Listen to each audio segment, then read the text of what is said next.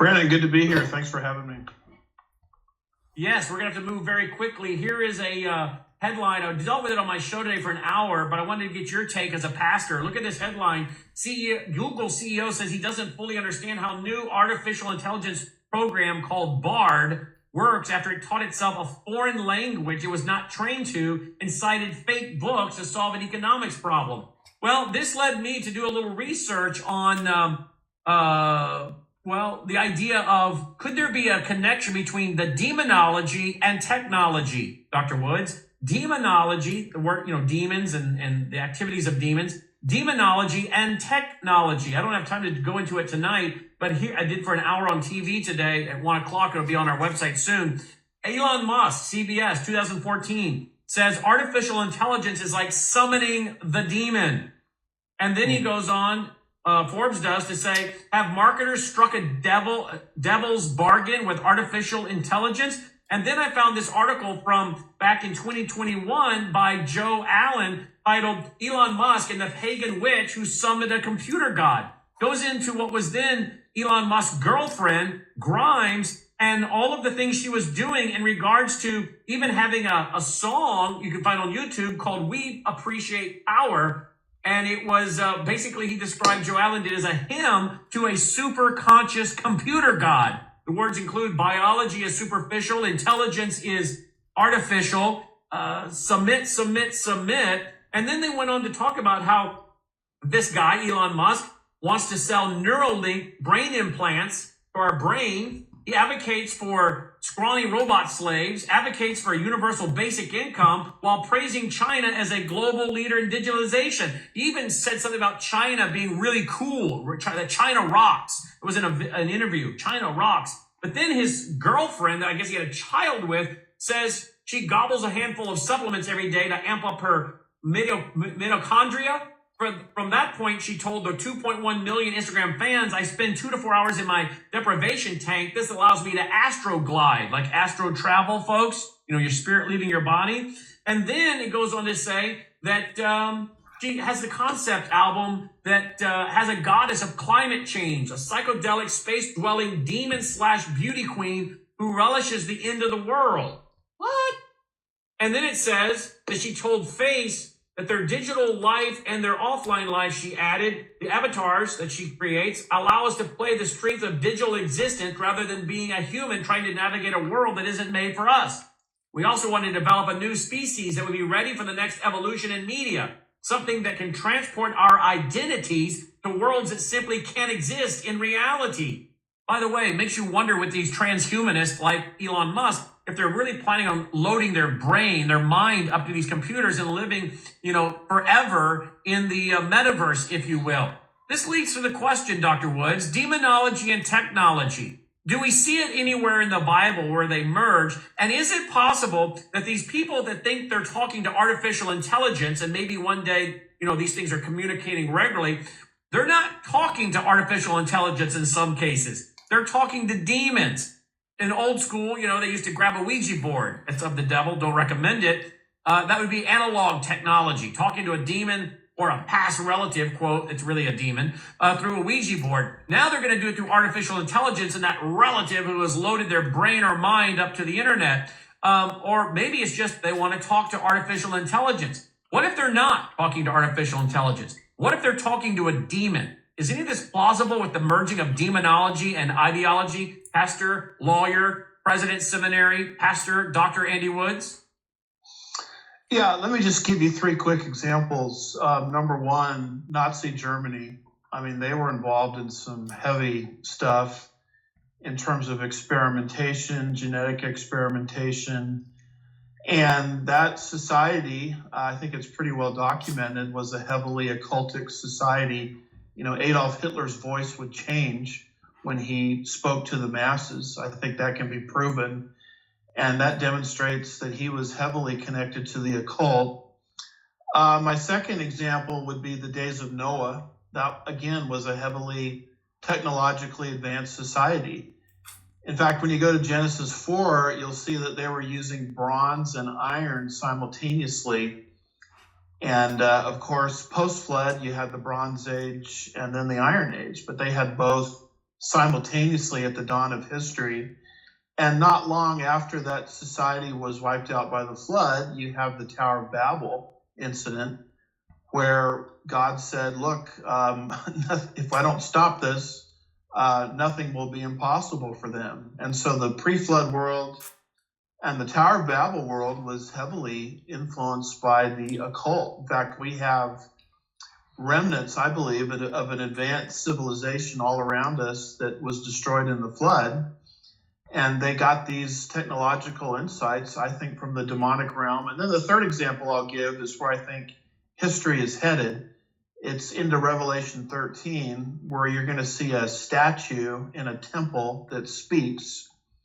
And then you're going to see an economy where no one can buy or sell unless they receive some sort of mark or insignia on their right hand or their forehead. And obviously these things can't happen without great technological advances. And what do you see also there in that same chapter, Revelation 13? You see Satan everywhere. Satan is the dragon, Revelation 13 verse 4 roughly, who empowers the beast. And the world is worshiping Satan on the account of the authority he gives to the beast. So whether it's Nazi Germany, whether it's the pre-flood world, whether it's the Tower of Babel world, or whether it's the coming world of Revelation 13, I am of the persuasion that advancements in technology, like the kinds we're seeing today, that have the potential of enslaving the entire human race. I don't think Elon Musk came up with those things through his own mind. I think there are sources higher than him that gave him those insights. Yeah, I am very concerned about that as well. I notice over there in Genesis chapter 11, where it talks about the Tower of Babel, it says that they said, come, let us build for ourselves a city and a tower whose top will reach into the heavens, and let us make for ourselves a name of, otherwise we will be scattered abroad over the face of the whole earth. God had said, scatter out and procreate. They consolidated. We're building a world government. Verse 5 of Genesis 11. The Lord came down to see the city and the tower which the sons of men had built. The Lord said, behold, they are one people, and they all have the same language, and this is what they began to do. And now nothing which they propose to do will be impossible for them. Come, let us go down there and confuse their language, so they will not understand one another's speech. So the Lord scattered them abroad from over the face of the whole earth, and they stopped building the city. I went and looked up some of the original language in this text.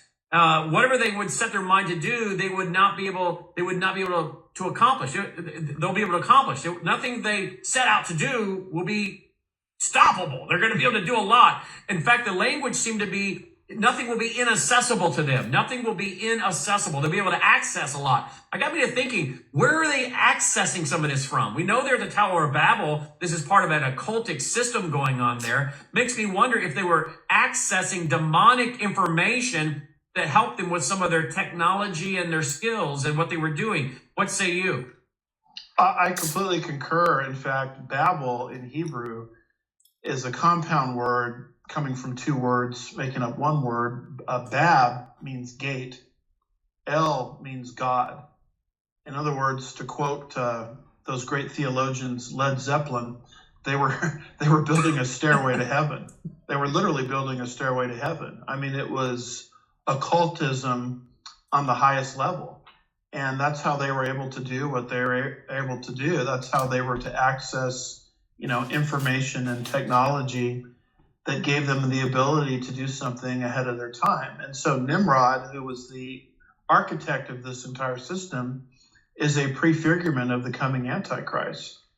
And so what Nimrod did, the Antichrist will reproduce, we actually believe, in the same part of the world between the Euphrates and the Tigris. And I think that's what Revelation 13 is saying. The Antichrist is going to have all this technology at his fingertips, talking statues, enslaving the masses with, what looks to be some kind of form of microchip technology. And where did he get that knowledge from? He didn't just, get it by going to MIT. I mean, he got it because he was trafficking in the realm of Satan himself. Revelation 13 verse 4 indicates that. which was exactly what Nimrod was doing at the Tower of Babel. And so I think a lot of these technological insights that people attribute to human beings, I'm talking about the capacity to enslave the masses, was handed off to them from higher powers, which are really lower powers masquerading as higher powers, because Satan himself comes as an angel of light. What do you think then? Do you agree with me that some of these people may be thinking they're engaging with, whether now or in the future, engaging with a chat bot or some kind of artificial intelligence? But could a demon and Satan co-opt these things and make people believe that's what they're talking to, and they're really talking to demons, which is why these things know some things that they haven't even been trained to know yet? Yes, in some cases, I believe that can happen. I also believe that these chat things that you're talking about can be programmed with bad information. Let me just give you one example. We had a fellow who follows our ministry who's in the tech world, and he got into a conversation with this chat thing related to Babylon. And he has the correct view of Babylon, and he kept asking questions about Babylon. And the machine had been programmed with the information that Babylon is not literal, it's allegorical. Most scholars take it as allegorical. And so he was having a conversation with something that had been pre-programmed to give him rigged answers. And he actually sent us the printout. It's fascinating. My wife read through the whole thing and sort of summarized it for me. A whole printout of this conversation that this very, very smart individual was having with this machine, getting what he knows were pre-programmed rigged answers. So either it's fallen humans entering something into the machine, but where are these fallen humans getting these ideas? I mean, if what you're saying about Elon Musk and his significant other are true, obviously they're trafficking in the occult. And yes. Well, here's what she said. She went on to describe. She said this: the existence of consciousness seems like God to me. Maybe we've been looking outside ourselves for an answer, but perhaps we're the answer. Or maybe we're in a simulation that is more purposeful, being run by someone with a plan.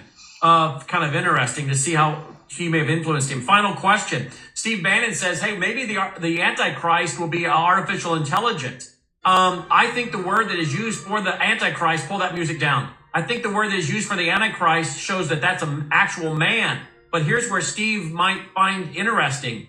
I bet that image that's set up in the temple by the false prophet could be artificial intelligence that speaks words of blasphemy. Correct, Andy? Yeah, he will have the number of a man. The Greek is anthropos, Revelation 13, verse 18. Clearly a human being, but that doesn't mean he won't have at his fingertips artificial intelligence capable of enslaving planet Earth.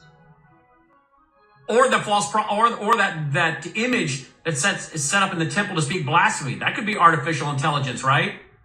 That and the whole mark of the beast. So Revelation 13, if you're looking for artificial intelligence in Bible prophecy, those are the areas I'd send you to. The talking statue that you just mentioned and the worldwide mark of the beast system. So demonology and technology in the Bible in the past, in the Bible in the future. And in the Bible in the present, when you factor in Elon Musk. Of course, that's not in the Bible, but he's, what did Solomon say? Solomon said there's nothing new under the sun. What has been will be again. And so what Satan gave humans the ability to do pre-flood, post-flood, he's obviously giving and will continue to give human beings the ability to do. And it's just a matter of when God is going to, remove the restrainer and allow it to run full course. Absolutely. AndyWoodsMinistries.org, AndyWoodsMinistries.org. Thank you for being with us.